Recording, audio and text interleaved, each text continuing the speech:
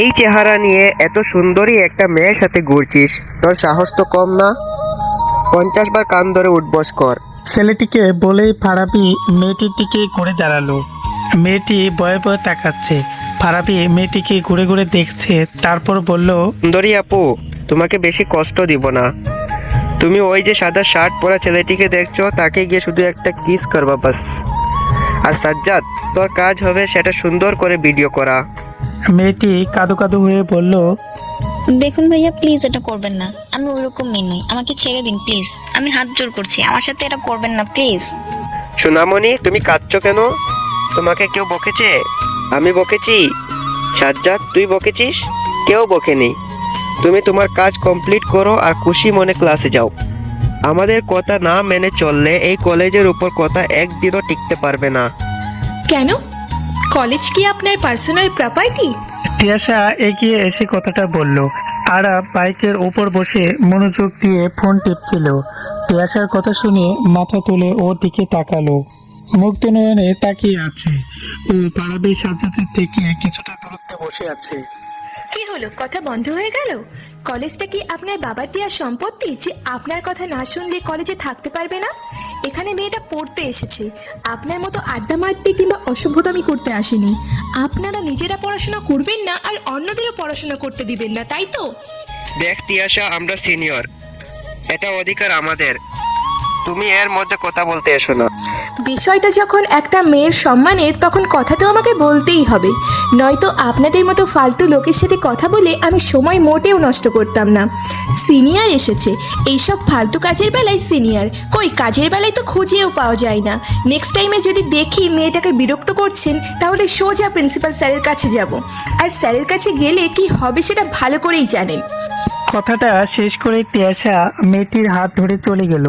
ফারাবি আর কথা বাড়ালো না, মনে মনে রাগে গজ গজ করছে।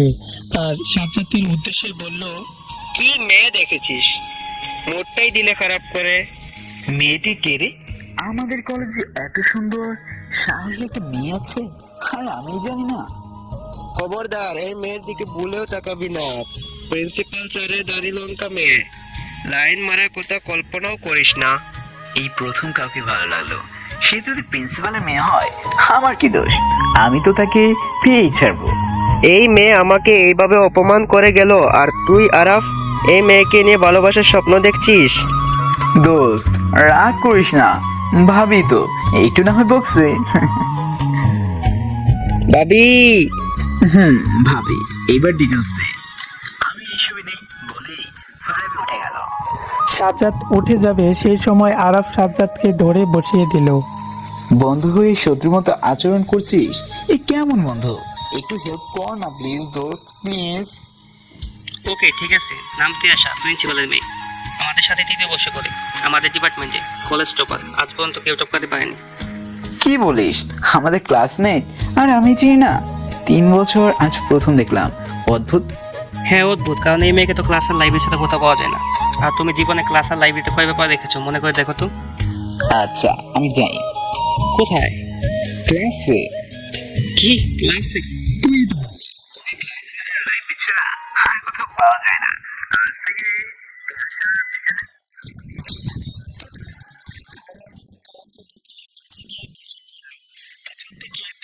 পর্যবেক্ষণ করছে। স্যারও চলে এলো। আরাফ কিছুটা ভয়ে আছে, কেননা কোন সাবজেক্ট ক্লাস, কি লেকচার চলছে কিছুই জানে না। স্যার যদি জিজ্ঞেস করে, এসব ভাবতে ভাবতেই স্যার আরাফকে দাঁড়াতে বলল। আরাফ মনে মনে ভাবছে, যেখানেই বাঘের ভয় সেখানেই রাত্রি হয়। ইজ্জতের 12টা বাজলো। স্যার দাঁড় করিয়ে নানা প্রশ্ন করতে শুরু করলো। আরাফ কিছুই বলতে পারলো না, মাথা নিচু করে ইজ্জতের জলাঞ্জলি দিল। তিয়াশাকে জিজ্ঞেস করতে তিয়াশা সুন্দর করে সবগুলোর উত্তর দিয়ে দিল। আরাফের মাথায় সুন্দর একটা প্ল্যান চলে এলো তিয়াশার কাছাকাছি যাওয়ার। অফ পিরিয়ডে তিয়াশা লাইব্রেরিতে বসে বই পড়ছে। আরাফ তিয়াশার পাশে গিয়ে বসলো। তিয়াশার সেদিকে খেয়াল নেই। আরাফ তিয়াশার মনোযোগ পাওয়ার জন্য কাশি দিল। তিয়াশার চোখ তুলে আরাফের দিকে একবার তাকিয়ে আবার বইয়ে মনোযোগ দিল। আরাফ না পেরে এবার নিজেই কথা বলা শুরু করলো। Excuse me. আমাকে বলছেন? হ্যাঁ, আসলে কিভাবে যে বলবো বুঝতে পারছি না। আসলে আমার আপনার হেল্প প্রয়োজন। কি হেল্প? আমি আপনার ক্লাসমেট, আপনি হয়তো খেয়াল করেননি, আজকে স্যারের কোনো প্রশ্নের উত্তর আমি দিতে পারিনি, তবে আমি খেয়াল করেছি আপনি সবগুলো উত্তর খুব সুন্দর করে দিয়েছেন। অন্যদের কাছে জানতে পারলাম আপনি পড়াশোনাতে খুব ভালো। আমাকে প্লিজ হেল্প করুন, নয়তো এই সেমিস্টারে নিশ্চিত ফেল। এতদিন কই ছিলেন? ক্লাসেও তো দেখিনি কোনোদিন, এখন হুট করে কোত্থেকে এলেন? না মানে ফ্যামিলি প্রবলেম ছিল, তাই কলেজ ক্লাস কিছুই করতে পারিনি, অনেক ঝামেলায় ছিলাম। আপনি যদি হেল্প করতে না চান তো ইটস ওকে। তিয়াশা কিছু ভেবে বলল, ঠিক আছে 8টা 9টা, আর হ্যাঁ বই খাতা অন্তত নিয়ে আসবেন, বলেই আবার পড়ায় মনোযোগ দিল। রাত 8টা? জি না, সকাল 8টা, 8 AM। কি এই ভোরবেলায় পড়াবেন আমায়? সকাল 8টা ভোর? কোন গ্রহে থাকেন? আসলে এত সকালে ঘুম থেকে ওঠার অভ্যাস নেই আমার, তাই। তাহলে আসবেন না, সিম্পল। না না, তা নয়, টাইমটা কি চেঞ্জ করে দেয় না? না চাই না, যদি আসার হয় আসবেন, নয়তো মানা করে দিন। অযথা আমার সময় কেন নষ্ট করছেন? পড়বেন আপনি, লাভ আপনার, আমার কিছুই না।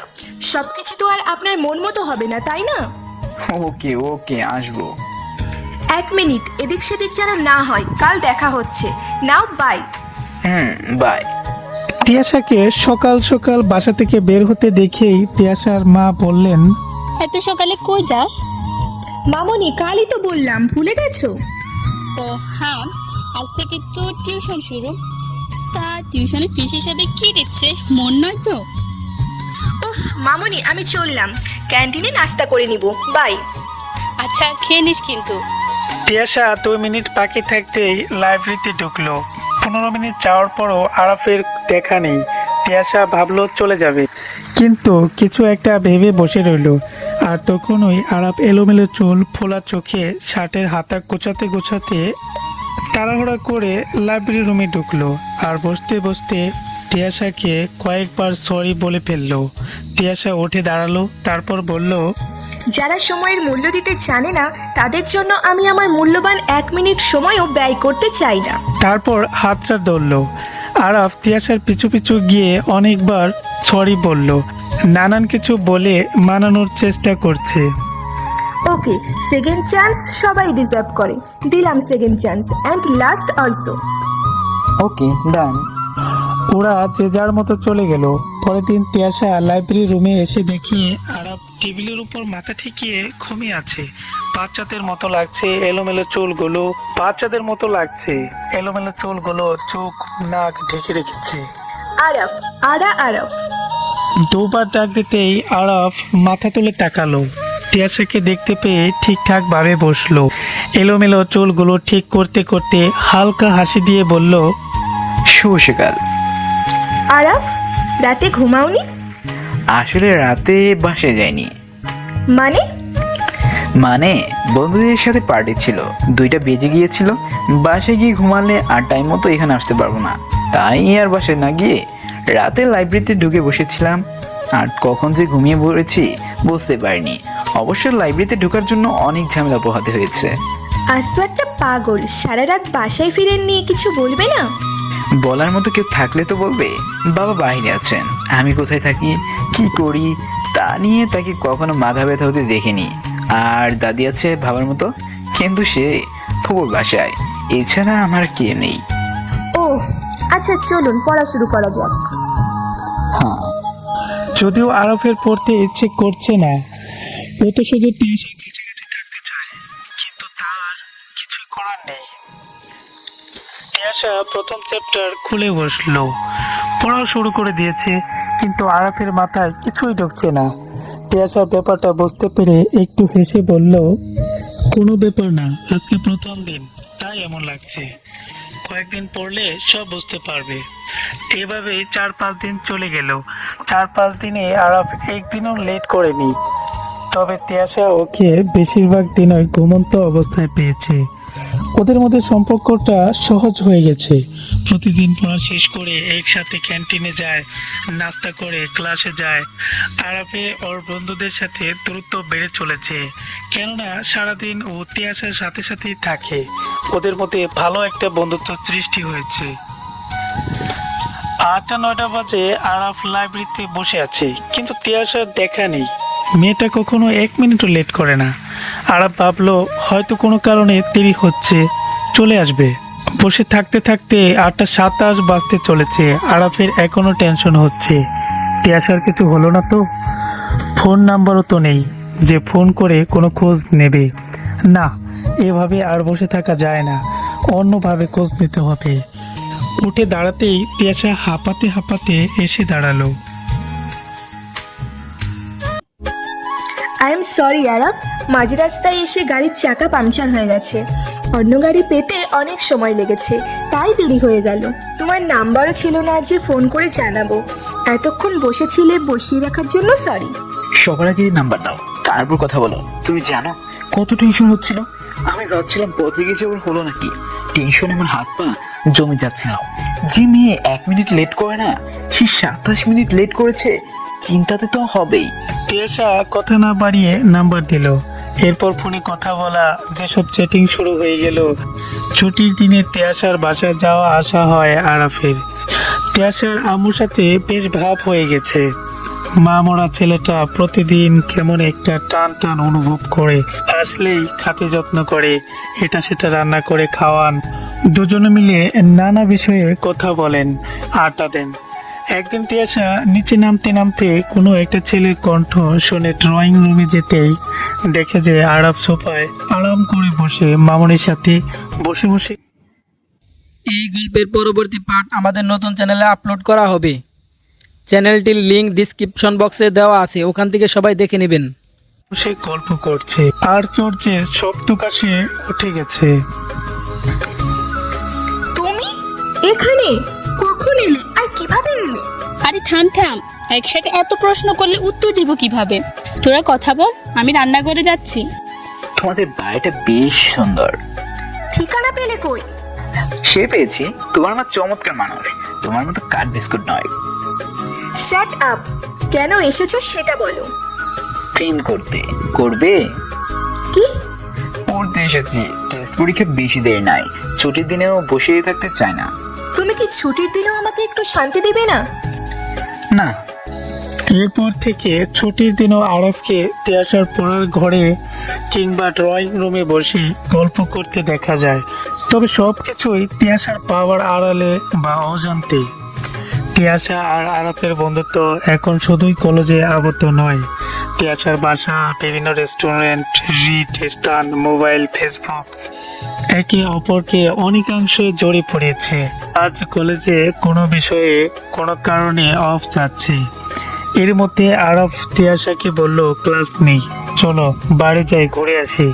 কিন্তু তিয়াসা রাজি হলো না, কেননা পরে ক্লাসে লেট হয়ে যেতে পারে। কিন্তু আরাফ নারাজ বান্দা, সে যাবেই তিয়াসাকে নিয়ে। তিয়াসা প্লিজ চলো, সামনে কোথাও যাই, ক্লাস শুরু হওয়ার আগে চলে আসবো। ওকে চলো। সামনে একটা কফি শপ আছে, ছোট কিন্তু সিমসাম, পরিবেশটা সুন্দর, তোমার পছন্দ হবে। ঠিক আছে চলো। ওরা রেড রোজ নামের একটি কফি শপে গেল। কফি শপে গিয়েই আরাফ 2টা কফির অর্ডার দিল। কিছুক্ষণ পর ওয়েটার তিশা আরাফকে কফি দিয়ে তিয়াসাকে জিজ্ঞেস করলো, আপু, আপনাকে আপনার ভ্যানিলা আইসক্রিম দেব? আমাকেও দাও, আর আমার এই নিউ ফ্রেন্ডকেও দাও। ওকে। আরাফের কিছুটা খটকা লাগলো, তাই তিয়াসাকে প্রশ্ন করেই ফেললো, তিয়াসা, তোমার আর ওর কথায় ধরুন দেখে মনে হচ্ছে ও তোমাকে ভালোভাবে চেনে, আর তুমি এখানে এর আগেও অনেকবার এসেছ। হ্যাঁ। কার সাথে? বয়ফ্রেন্ড? তিয়াসা আরাফের কথা শুনে হেসে কুটি কুটি হচ্ছে। আরাফ বুঝতে পারছে না সে এত হাসার মতো কি বলেছে।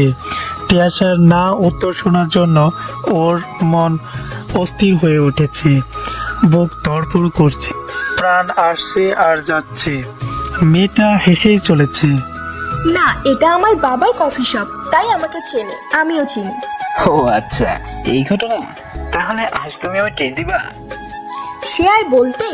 এর মধ্যে ছেলেটা আইসক্রিম নিয়ে এসেছে। আমাকে চিনে রাখো, আমি তোমার আবার ফ্রেন্ড। যখনই আসবো ফ্রিতে খাওয়াবা, বন্ধুদের নিয়ে আসলেও ফ্রিতে দিবা, সব বুঝেছো? ওকে ভালো করে চিনে রেখো, যখনই আসবে ডাবল বিল রাখবে, কেননা এ প্রচুর বড় লোক। আরব আর তিয়াশা এই কয়েকদিনে একে অপরকে খুব ভালোভাবে চিনে ফেলেছে। কার কি পছন্দ অপছন্দ, কিসে রাগ হয়, কি খেতে ভালোবাসে, মোটামুটি সবকিছুই জেনে গিয়েছে। আরব তিয়াশাকে ওর দাদির সাথে দেখা করাতে নিয়ে যাচ্ছে। তিয়াশা কালোর ভিতর গোল্ডেনের সুতা কাচের একটা সেলোয়ার কামিজ পরে ভালোভাবে তৈরি হয়ে বাসা থেকে বের হয়ে গেল। আরব গাড়ি নিয়ে বাইরে বসে আছে। তিয়াশা গাড়িতে উঠতে আরবকে বলল, ঠিকঠাক লাগছে তো? তুমি সব সময় সুপার। চলো যাওয়া যাক। আরব বিশাল ডুপ্লেক্স বাড়ির সামনে এসে গাড়ি থামালো। তিয়াশা গাড়ি থেকে নেমে থমকে গেল। ওর মনে হচ্ছে ও যেন কোনো প্রাসাদের সামনে এসে নেমেছে। উচ্ছ্বসিত হয়ে বলেই ফেললো, ওয়াও, কি সুন্দর, এত বড় বাড়ি তোমাদের। ভিতরে তো চলো। আমার কেমন জানি ভয় ভয় লাগছে। ভিতরে কোনো ডাইনোসর নেই যে তোমাকে খেয়ে ফেলবে। তিয়াশা ভিতরে ঢুকে আরো অবাক হলো। ভিতরটা এত সুন্দর যা ওর কল্পনার বাইরে। দামি আসবাবপত্র দিয়ে সাজানো গোছানো। আরফের দাদি সোফায় বসে পান চিবুচ্ছে। আরফ তিয়াশাকে দাদির কাছে নিয়ে গেল। তিয়াশা দাদির কাছে গিয়ে সালাম দিল। আসসালামু আলাইকুম দাদি। ওয়ালাইকুম আসসালাম। বসো বোন, বসো, আমার কাছে এসে বসো। আসতে কোনো সমস্যা হয়নি তো? জি না দাদি, আসতে কোনো সমস্যা হয়নি। আপনি ভালো আছেন? হ্যাঁ, আল্লাহর রহমতে ভালোই আছি। তোমার কথা অনেক শুনেছি আরাফের মুখে, তাই দেখার ইচ্ছে হয়েছিল। আমিও আপনার কথা অনেক শুনেছি আরাফের মুখে।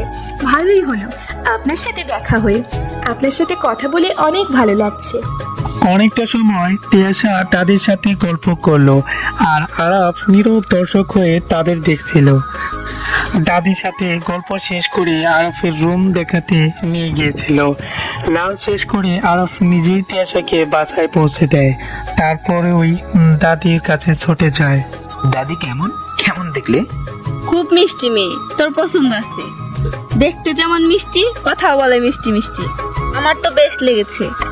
ও দাদি, তুমি অনেক সুইট। এবার বলে ফেল দেখি। বলবো।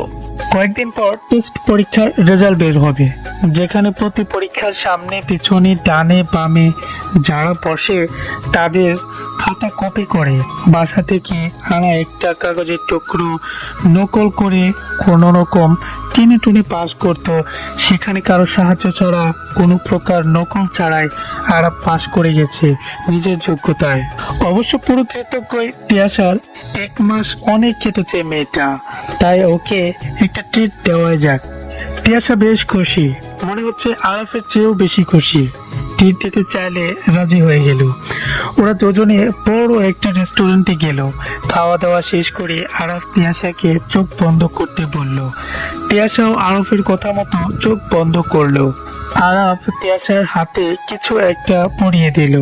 তিয়াশা চোখ খুলে দেখলো আরফ ওর হাতে একটা খুব সুন্দর একটা ব্রেসলাইট পরিয়ে দিয়েছে।